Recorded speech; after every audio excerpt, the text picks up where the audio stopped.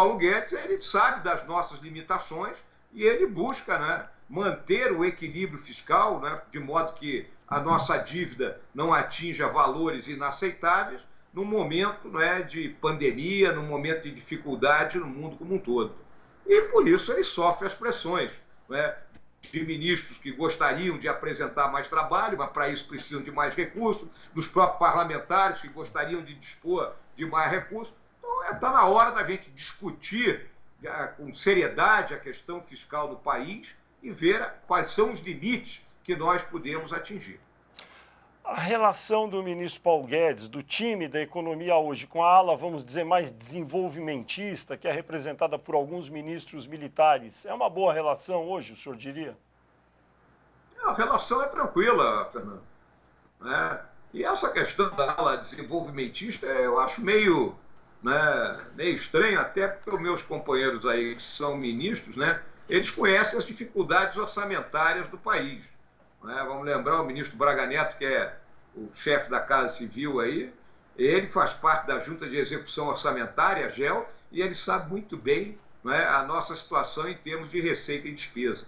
Então, se nós vamos aumentar a despesa, né, isso tem que ser feito num comum acordo com toda a sociedade, muito transparente, muito claro, né, para que a gente consiga fazer o que tem que ser feito sem colocar o país numa situação fiscal pior do que já se encontra.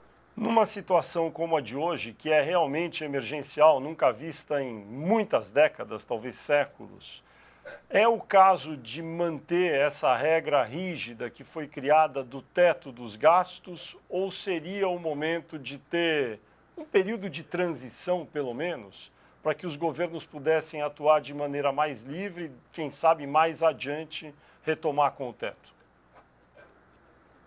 Bom, a questão aí, em primeiro lugar, para o combate à pandemia, foi feito um orçamento paralelo, né, o chamado orçamento de guerra, né, que não é um outro dinheiro extra, é simplesmente mais dívida que o país contraiu para poder socorrer empresas, estados, municípios, né? Não só contraiu dívida, como também o governo central abriu mão de receber impostos, dilatou o prazo para pagamento desses impostos. Então, uma série de medidas que foram tomadas aí para que a gente pudesse atender a curva da doença, a curva do desemprego e a curva do PIB, né? Ou seja, que as nossas empresas, né, continuassem a produzir. E aí entra essa questão, a discussão do teto de gastos. Né?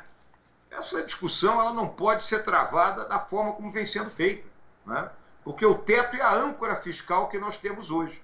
Se os governos que nos antecederam tivessem sido responsáveis, nós não precisaríamos ter uma lei de responsabilidade fiscal nem um teto de gasto. Todo mundo sabia, eu arrecado X, eu só posso gastar X.